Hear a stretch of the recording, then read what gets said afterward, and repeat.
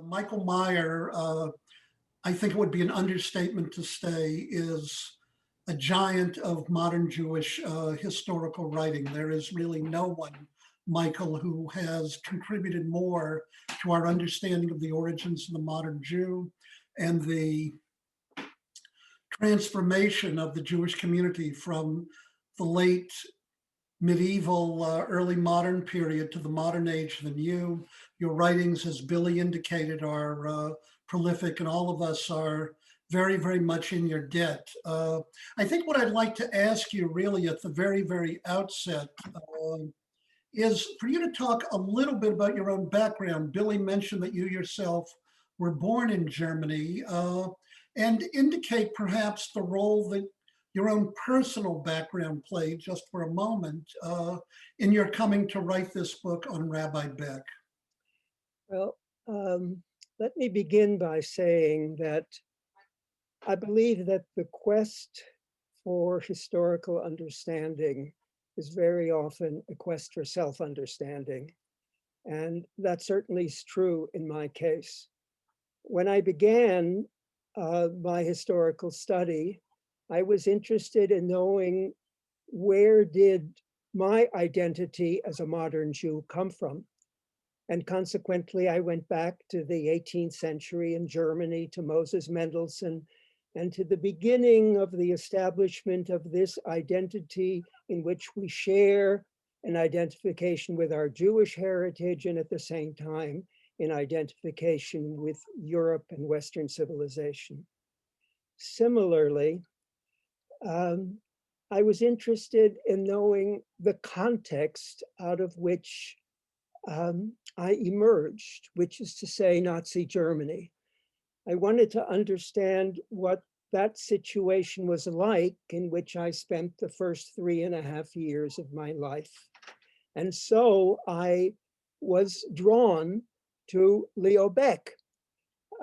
He was the rabbi in Berlin at that time.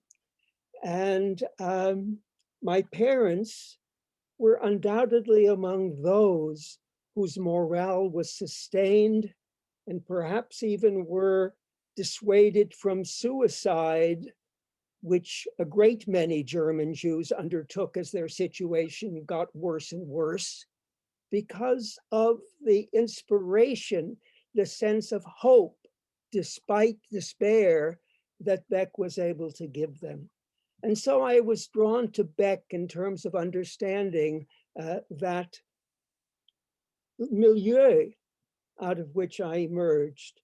I wrote articles on him, I lectured on him, and decided that I would like at some point to try to put it all together, to try to create a well-rounded understanding of who this man was, what was his contribution, why did he, after the war, become such a symbolic figure for German Jewry. And at the same time, I have to add, I became more and more attracted to his personal character and to his philosophy of Judaism. So that I suppose, in a sense, I am a Beckian in my beliefs. And all of that together, I think, is what attracted me to Leo Baeck and to writing this book. Well, I resonate to so much of what you just said a moment ago. I mean, I myself come from an Eastern European, not a German Jewish background, but certainly have always been attracted to the study of German Jewry precisely because this is a crucible out of which so much of modern Judaism has been formed. And Baeck, of course, has been a very powerfully symbolic figure to me and to millions of other Jews in the post-Holocaust world. Baeck, of course, has also been the subject of a great deal of writing prior to your own writing this newest biography of him. Certainly in recent years, the head of the Abraham Geiger College in Germany, Walter Homolka, has written volumes in both English and German on Rabbi Baeck. There are two major works, one by Albert Friedlander, who of course ultimately became the head of the Leo Baeck College in London. And Dr. Friedlander redid his doctoral dissertation at Columbia University and published a book, Leo Baeck, Teacher of Theresienstadt. And also, of course, there's been a Pulitzer Prize winning book by Leonard Baker, Leo Baeck, Days of Sorrow and Pain, Leo Baeck and Berlin Jewry. What is it that is unique or different about your book? And in talking about it, yours is the first book to use the title Rabbi Leo Baeck. And I'm just curious if the title also talks to some degree of the uniqueness of your own work. Oh, thank you for that question, David. Let me begin with what you said last. So frequently, when one refers to Baeck, one simply says Leo Baeck. But that is to avoid the word rabbi. And yet I believe that Baeck, more than he regarded himself as a communal leader or as a theologian, saw himself as a rabbi. He was a descendant of rabbis, and he believed that his principal task was, in fact, to be a rabbi, to preach a message to his congregation, to engage in pastoral activities vis-a-vis his congregation. So I began with that. I think this isn't stressed in the other books, but let me say something about the other books since you asked about that, David. Albert Friedlander, a good friend of mine, wrote his book 50 years ago, more than 50 years ago. He was a disciple of Baeck. He had had the privilege of actually studying with Baeck when Baeck taught briefly at the Hebrew Union College in Cincinnati. It is a book about Baeck's theology. It places Baeck within the ambit of other thinkers of his time, both Jewish and non-Jewish. That's his focal point. Leonard Baker's book is a popular book that looks at the other side of Baeck, namely his activity in the community, his heroic role during the Nazi years. Walter Homolka has been especially interested in his relationship to Christianity and has written especially on that subject. So each of these books has a focal point on some particular aspect of Baeck. What I have tried to do, and what I think hadn't been done before, is really to put all of these together in a rounded biography, but not only to put them together, but to indicate their relationship. Because that, I think, is what is especially unique about Leo Baeck, is that he wasn't these things separately, but they were all integrated. His life and his thought were interrelated. You can't really understand Baeck unless you see all of these, including the relationship to Christianity, how they interrelate and create an integral life. And that's what I, in fact, attempted to do. And I tried to do it in a way that would be of interest not just to specialists, and at the same time wouldn't be overly popular to the extent of simplifying, but would be open to a readership, both Jewish and non-Jewish, in various communities around the world. I mean, I think you've really done that beautifully. I just wanted to show people a picture of the cover of the book, just in case people had not seen it. I mean, I just interrupt you for a second, say something about the cover, David. Yeah, please.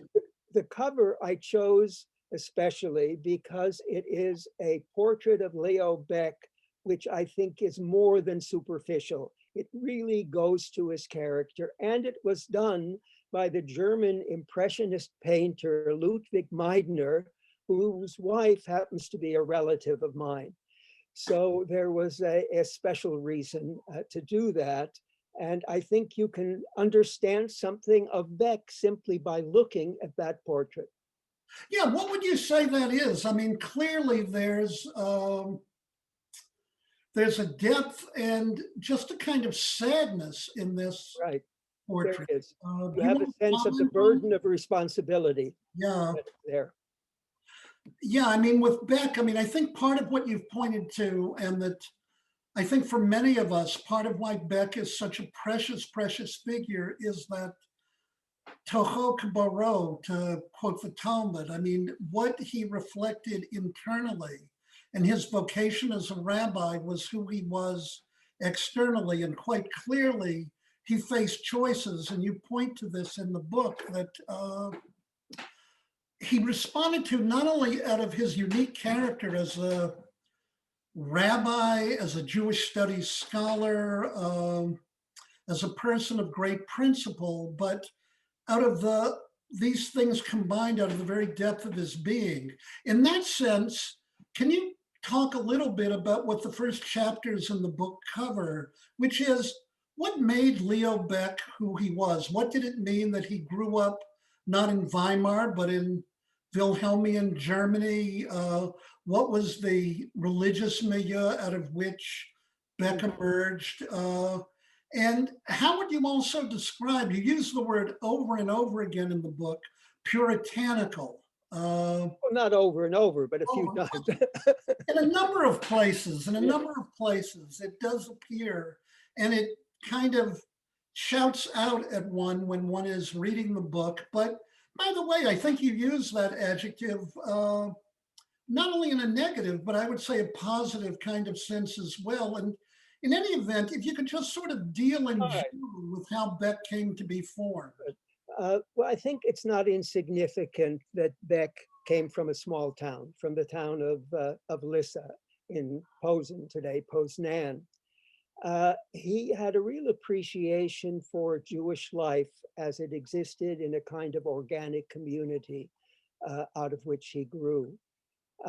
Later in Berlin, during the Weimar period, he felt in many respects alienated because it was a different culture from the pre-World War I culture in which he had grown up, which was more restrained, less laissez-faire, less sexually open as Weimar was.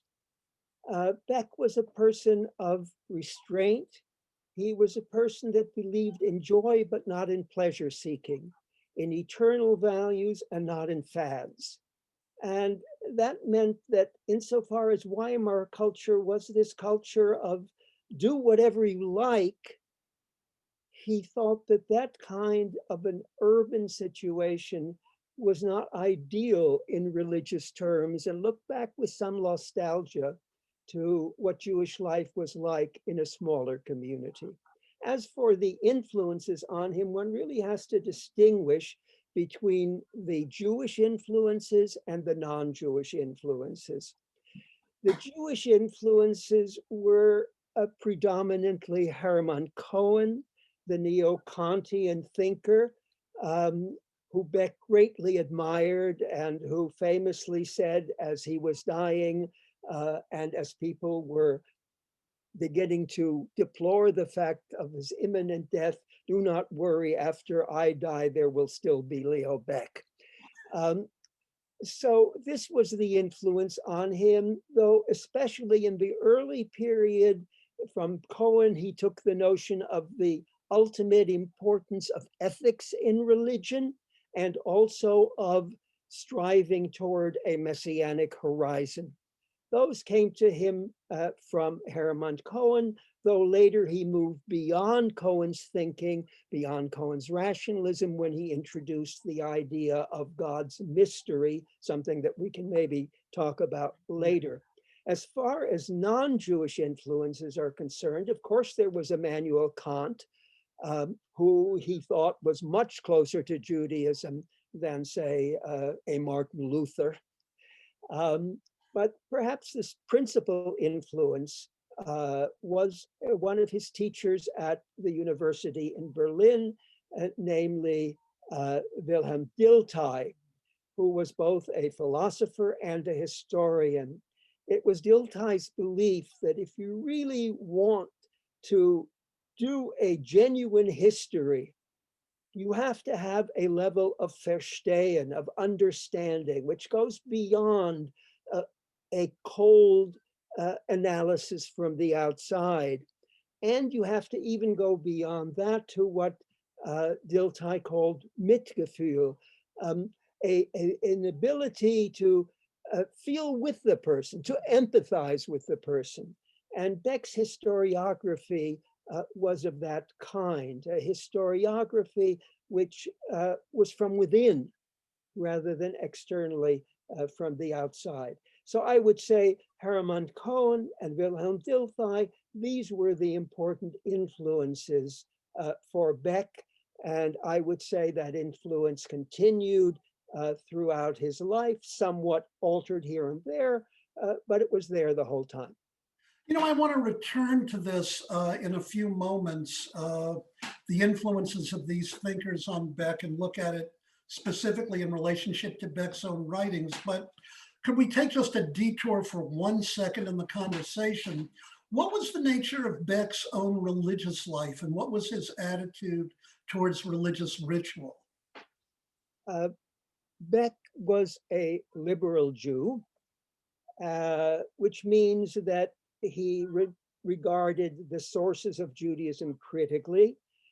He believed in biblical criticism, for example.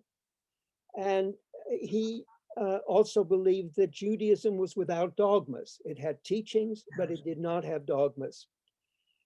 For him, revelation, and he did believe in revelation, was a revelation of the moral commandment, thou shalt, which was the commandment that demanded social justice above all else. That, however, did not mean that ritual was unimportant for him. Ritual was for him the command of the community, and he applied to all ritual a rabbinic doctrine, namely the doctrine of a fence around the law. For him, the law was a fence around Judaism. That is to say, ritual was terribly important to preserve the Jewish people and to make possible through that preservation its ability to carry out what he regarded as its moral mission in the world. Therefore, ritual, while not revelatory in the way that an Orthodox Jew would see it, was nonetheless of great importance. Beck himself was quite observant. There is a correspondence that I mentioned in the book about how grateful he was during the Nazi period when a rabbi outside of Germany, in fact in Hungary, was able to send him matzot for Passover so that he didn't have to ration out the pieces of matzah that he could eat each of the days of Passover. And when later he taught at the Hebrew Union College and went out to lunch or dinner, he always would order fish and not meat. So he was, in a liberal sense, an observant Jew, and ritual was important even though it wasn't revelatory. Okay, well, thank you for that. I want to return now to Beck's biography and talk really about what are undoubtedly, in many ways, the most significant and to some degree controversial years of his life, namely the period of 33 to 45, when he became the last duly elected leader, almost, not quite, but almost unanimously. How is it that Beck ascended to this position of virtually universal respect in Germany? Why is it that the community turned to Beck, a rabbi, not a person, let's say, of practical affairs, a businessman? And that, of course, was controversial in certain circles. And what does it say that he picked people like Otto Hirsch? I notice his granddaughter is on this particular webinar to aid him in this. And finally, as you deal with this very, very large question, and you talk about it in the book, how would you assess the criticisms that were hurled at Beck by people, particularly even after the war, like Hannah Arendt and any number of other people. How would you regard these assessments, and how do you view Beck's performance during those years? Well, A those are large question. those are big questions. Beck was remarkably acceptable to almost every faction, as you mentioned, in the German Jewish community, with the exception of the extreme Zionists, the revisionists on the one hand, and the most Orthodox on the other. That was so because Beck, from the very beginning of his life, was a religious pluralist. The important thing for him was not the adjective liberal Jew, Orthodox Jew, Zionist Jew, it was Jew. That was the important thing, the noun, not the adjective. And for that reason, though he wasn't a political Zionist at the beginning anyway, he donated money for the establishment of Jewish colonies in Eretz Yisrael, in the land of Israel. And at the same time, he was a member of the Central Association of German Citizens of the Jewish Faith, which was a non-Zionist organization. He was the president of the local B'nai B'rith. He was the president of the General Rabbinical Association. In other words, he was trusted across the spectrum of a German Jewish life. Now, to be sure, there were some who thought that a layperson should be the leader of the Jewish community. Rabbis should, stick to their pulpits. But that was not the general view, because Beck had gained a reputation not just as a rabbi who could speak from the pulpit and who could engage in pastoral activities. He had gained a reputation as a leader of multiple and different organizations. So he was clearly the right person. He was backed by Max Warburg in Hamburg. He had begun to gain respect also outside of Germany. He was definitely the right person, and was also thought that because of the dignity with which he bore himself, he would be a proper representative when necessary to the Nazi authorities, because he looked so different and acted so different from the Nazi stereotype of the cowering Jew. Now, as you point out, it was not an easy task, because certain decisions came up which were necessarily controversial. And there were those after the war who think Beck decided wrong. There were two decisions in Berlin and one decision later in Theresienstadt. The two decisions in Berlin were these. At some point, before the deportations began in Berlin and in other places in Germany in October of 1941, already earlier that year, he had learned that in the East, there were Jews who were put into the back of trucks or buses or vans with the exhaust pipe pointing in so that they would be asphyxiated by carbon monoxide. He did not inform others of this knowledge. Why?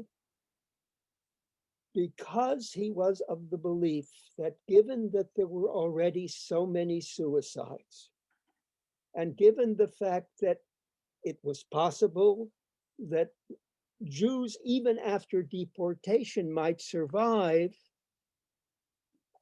he decided not to pass that information on.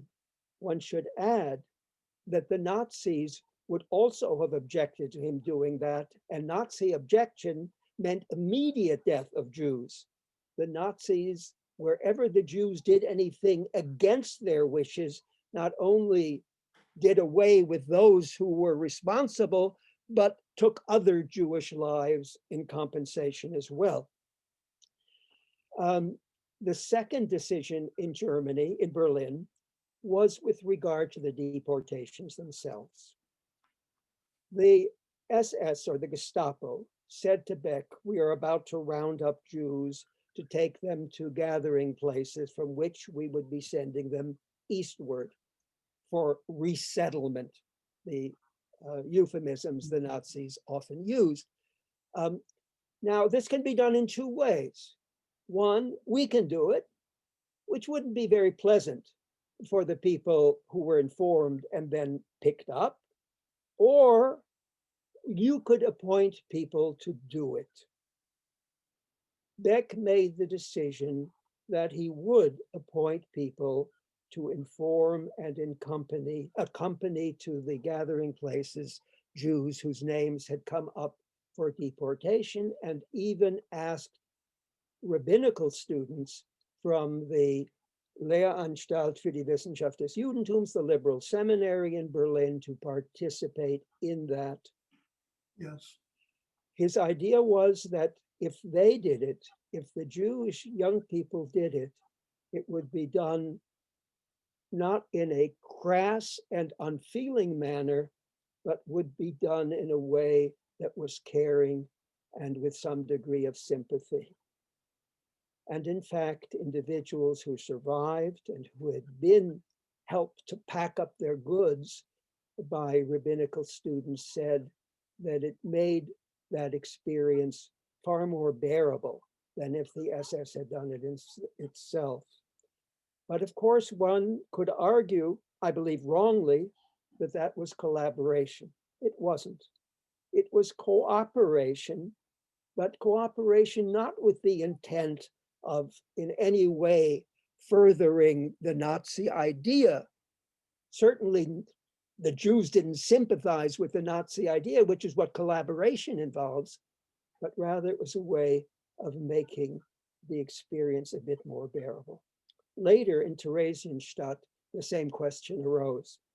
Baeck did find out that those who were transported on from Theresienstadt to the east, he didn't know it was Auschwitz, but he knew it was some very bad fate. He didn't give out that information.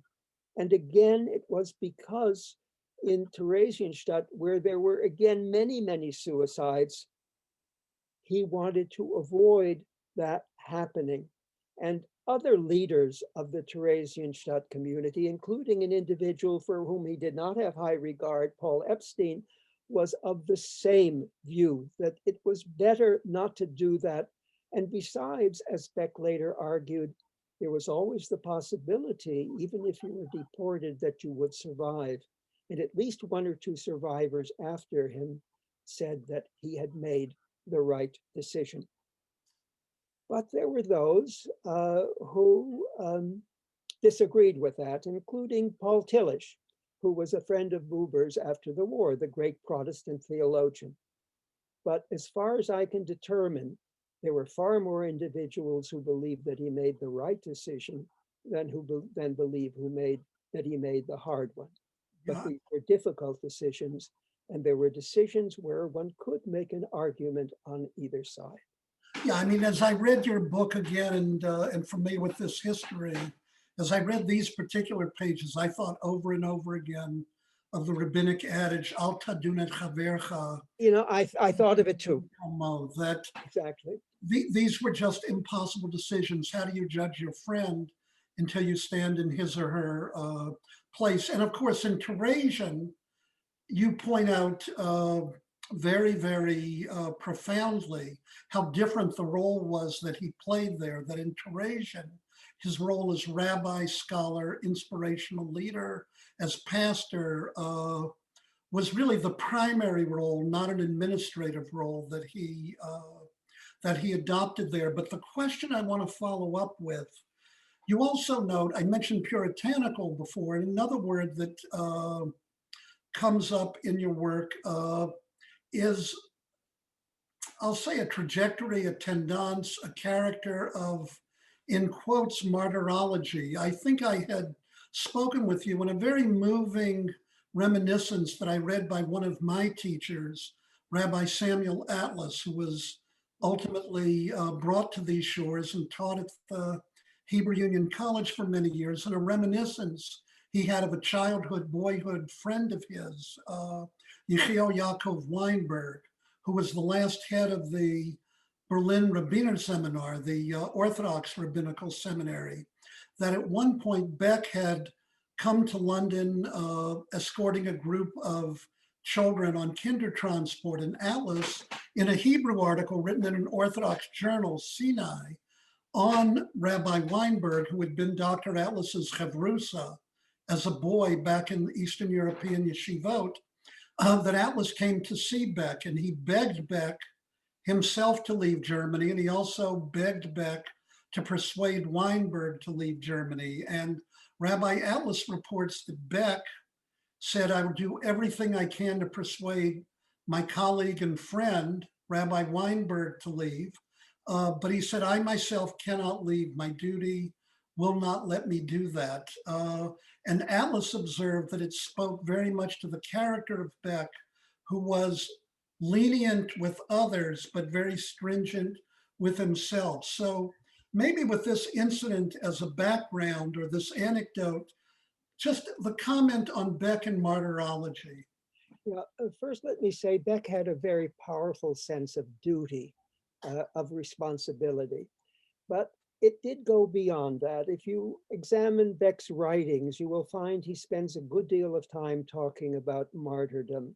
And he himself was aware that the name Beck may very well have come from Ben Kedoshim, meaning a descendant of martyrs from the Middle Ages.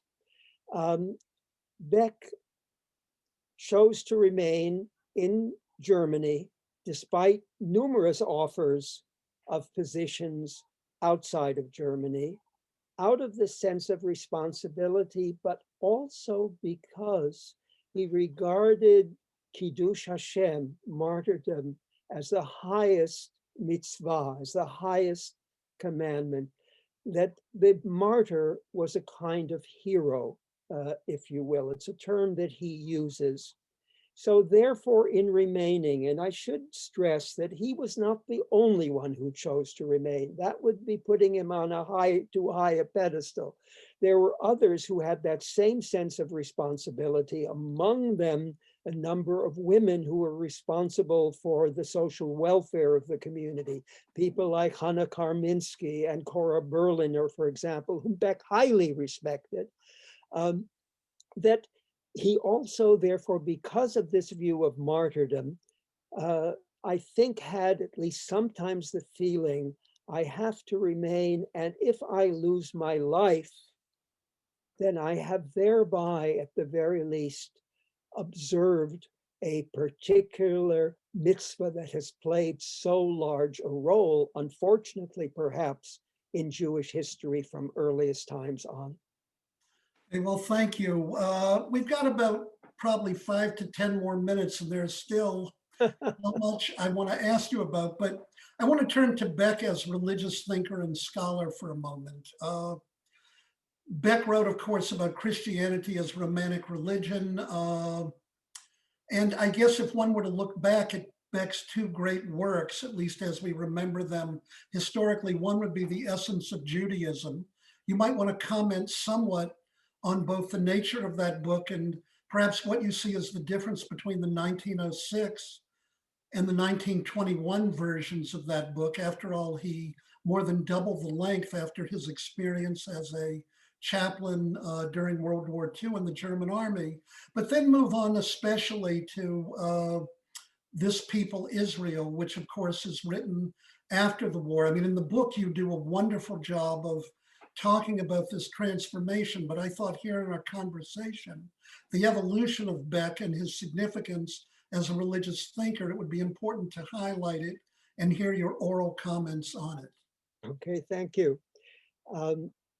Beck wrote The Essence of Judaism in 1905. It was a way of defending Judaism against attacks upon it, particularly by the Protestant theologian Adolf von Harnack. It is an apologetic work. Much of Beck's writing, much of Beck's scholarly writing has the motive behind it of somehow instilling pride in Jewish identity, and that is certainly there as well. His Essence of Judaism is not a work that a historian would write who would include in it aspects of Jewish history with which he could not identify.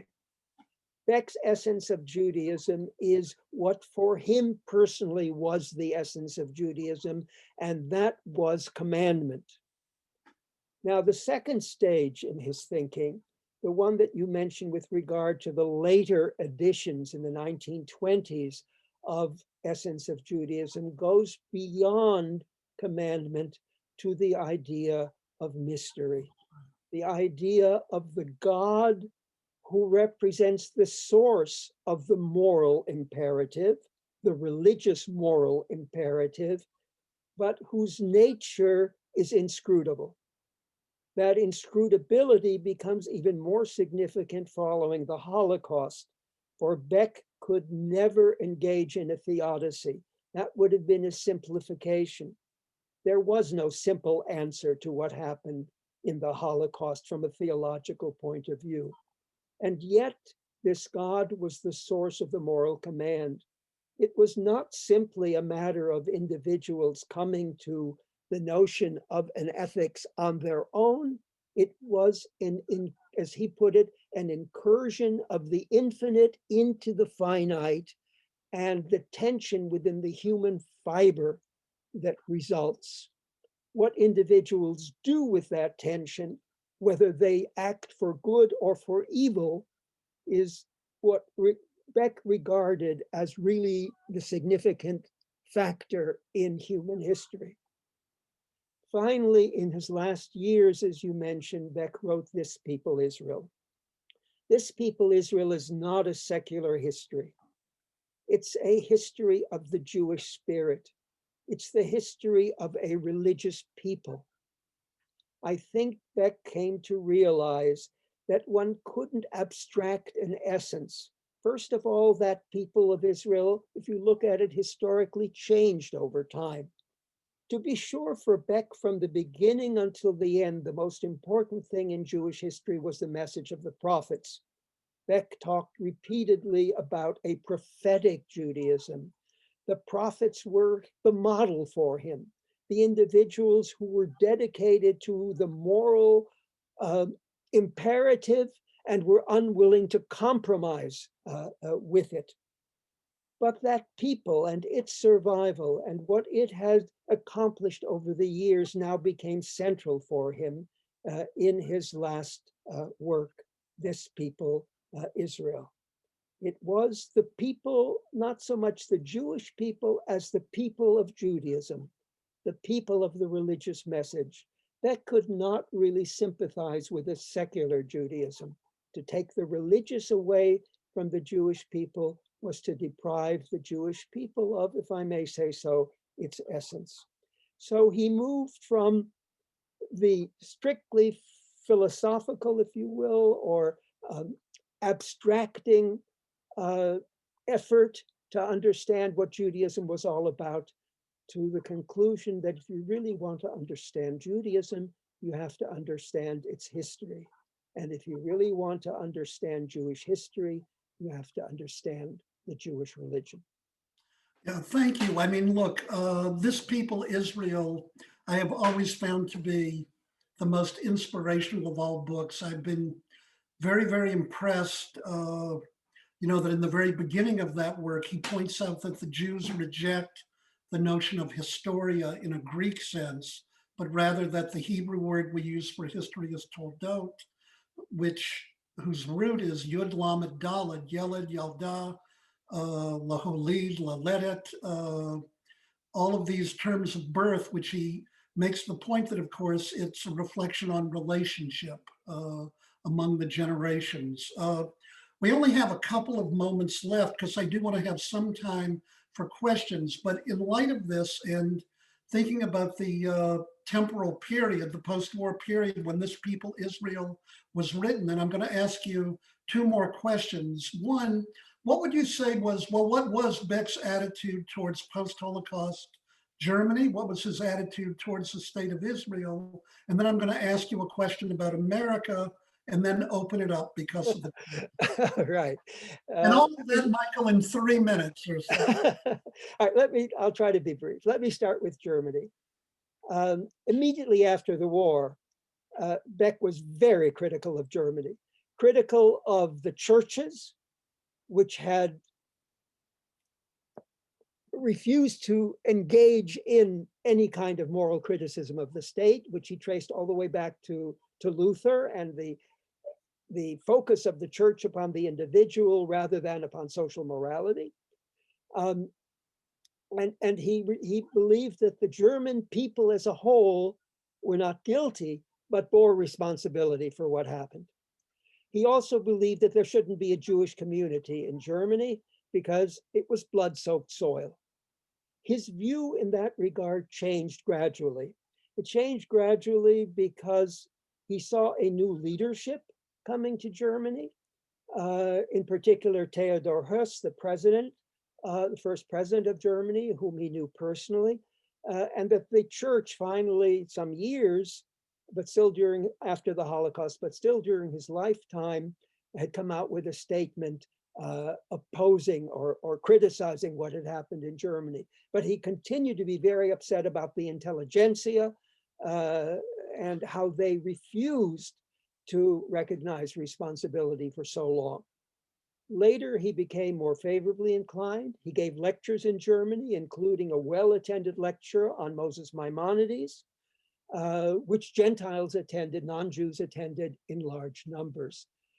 And yet, of course, he remained in London. He would not have returned to Germany on any permanent basis.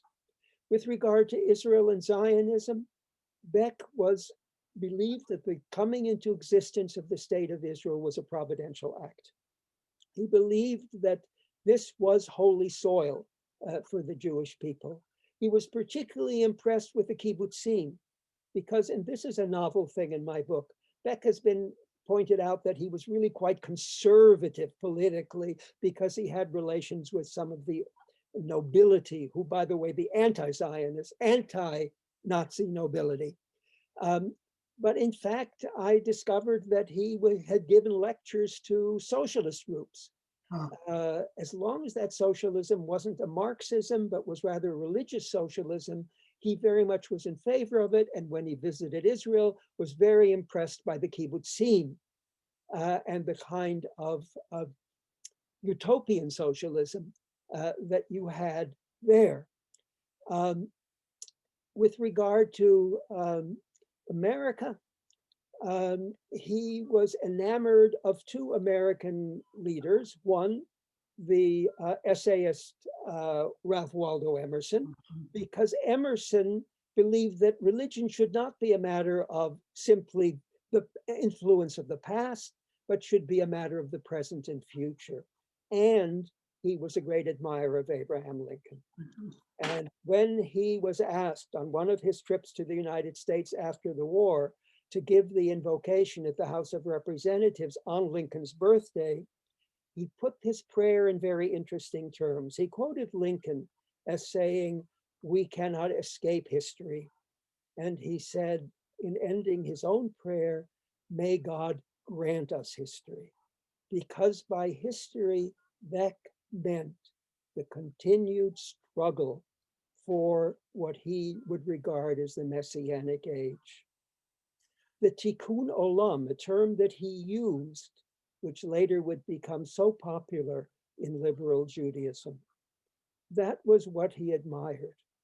What else he admired in America, and this makes it so relevant for the present, is the fact that when there was an election, and in particular a presidential election, it was so remarkable that the losing candidate would be the first to congratulate the winner.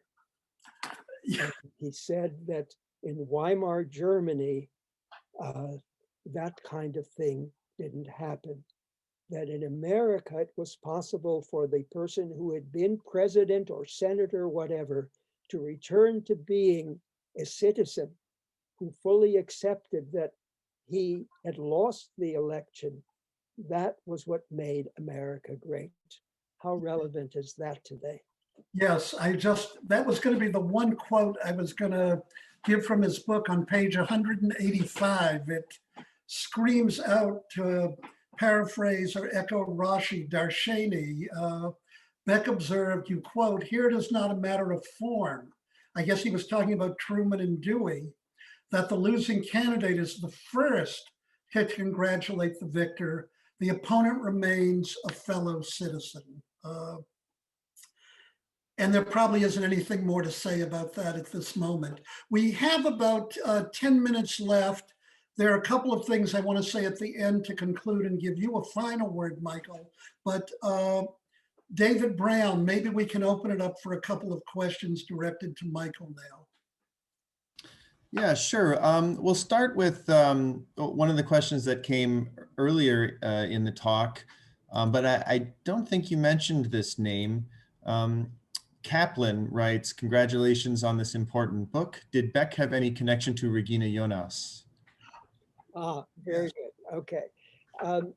Beck was, of course, a member of the faculty of the liberal seminary in Berlin when Regina Jonas was student there, where she completed her studies in 1935.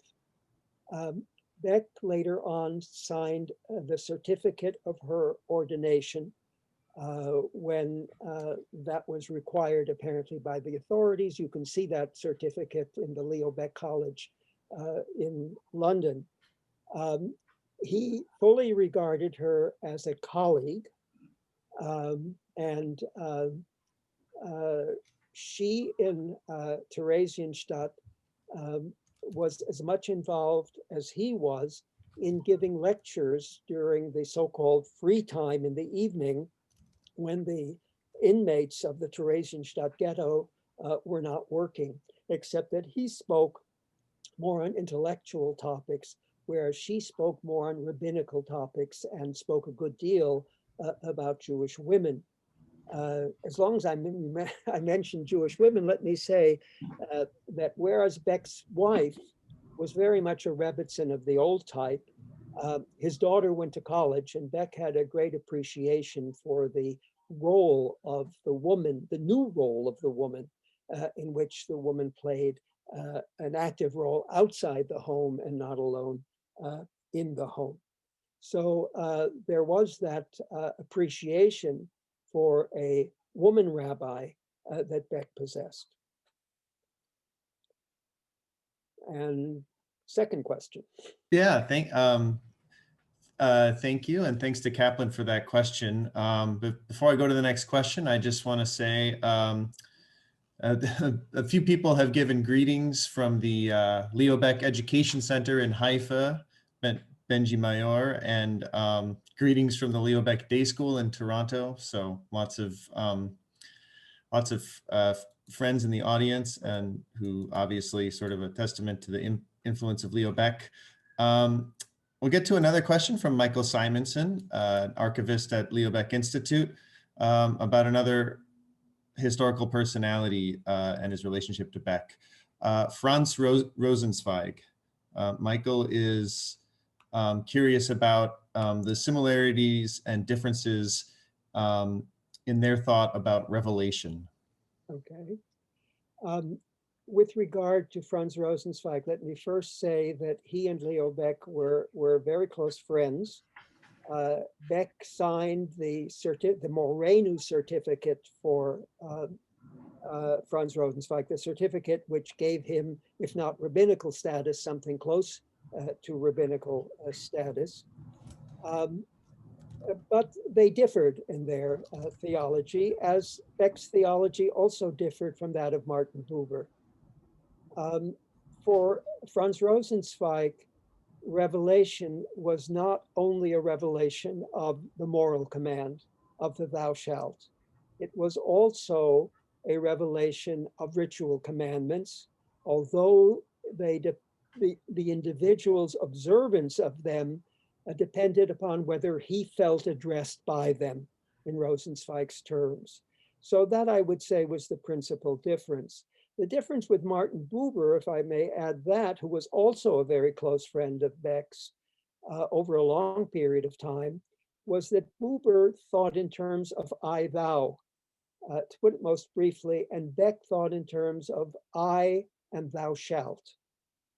Buber talked about the close relationship that could be developed between two individuals, an I-thou relationship. For Beck, the relationship to God was rather one of command. And that is notion of command, though it occurs in some of Buber's other writings, does not occur, to my recollection, in Buber's principal book, I and Thou. So theologically, Beck, I would say, in a way, stood between Buber and Rosenzweig theologically, but that's putting it very roughly. Hey, David, maybe one last question, because I see the time is drawing near to an end. Okay. There are a lot of good questions, but so it's hard to pick a closing one, but well, here's one that brings us back to where you ended your conversation about the contemporary world and the relevance of Leo Baeck. Rabbi Rachel Sabat Bait Halachami, and that I actually can't. Yeah, I'm sorry, I can't see I think the name goes on, but I can't see the full name in Rachel the chat. Sabbath Beit Halachmi. Okay, sorry, Rachel. But her question is, what role might you imagine would Beck think American Jews should play today in confronting the issues that we face now? Well, Beck, like Simon Rabidovich, believed that Jewish life was described as an ellipse which had two foci. One focus was the state of Israel, the other was the diaspora, or specifically America. Beck believed that Israel should maintain the particularity of Judaism. In other words, with the Hebrew language, with a state run principally by Jews, the particular heritage would be preserved. Whereas the United States Jewry would dwell upon the universal in Judaism, upon matters of influence beyond the Jewish community, upon the larger community of Americans and even the world community. Beck strongly believed, and perhaps it was asking an awful lot, and perhaps it's somewhat exaggerating, that Jews should be the conscience of humanity. He also believed later, with regard to Christianity, of which he had been earlier so critical, that the Christian community should be the critic of the Jewish community and the Jewish community of the Christian community. He also believed very strongly, though he was sometimes accused of being bourgeois, that the real task of Jews is to be the nonconformist, not the conformists. The history of German Jewry in the 19th century had been one of conforming more and more to the mores of the world around them. But that, he thought, was giving up what Jews really should be. They should be those who look to a better future and who stand in criticism of the present in light of the ideal messianic future. I want to really thank you, Michael. David, did you have a last word you want to offer on behalf of the Institute?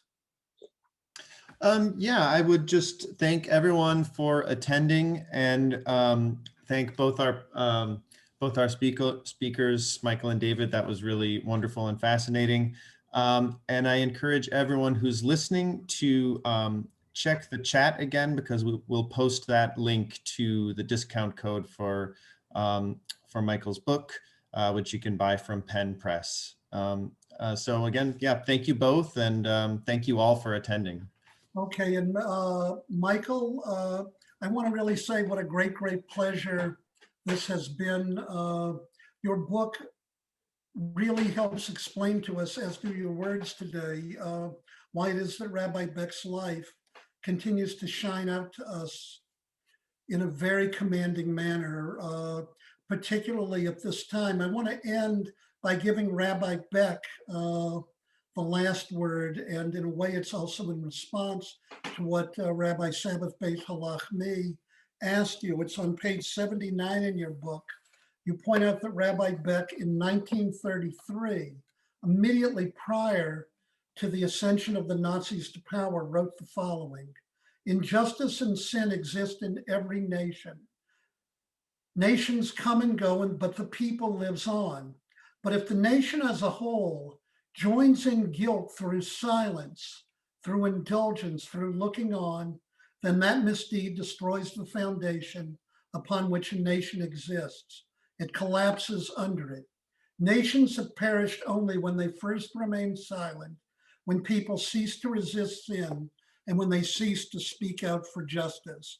I want to thank you for bringing Rabbi Beck's words to us in 2021. I think it will both teach and inspire us as we move forward from this moment, particularly at this moment in history. As Rabbi Beck wrote at the end of This People, Israel, people are not born into community as if by fate, but God calls each of us to the task of molding it. We want to thank you, Michael, for the role you. Thank you, David, very much for doing this conversation with me. I really appreciate it. Okay, and thank you all who were on for coming, and we'll say goodbye. Bye-bye. Bye-bye.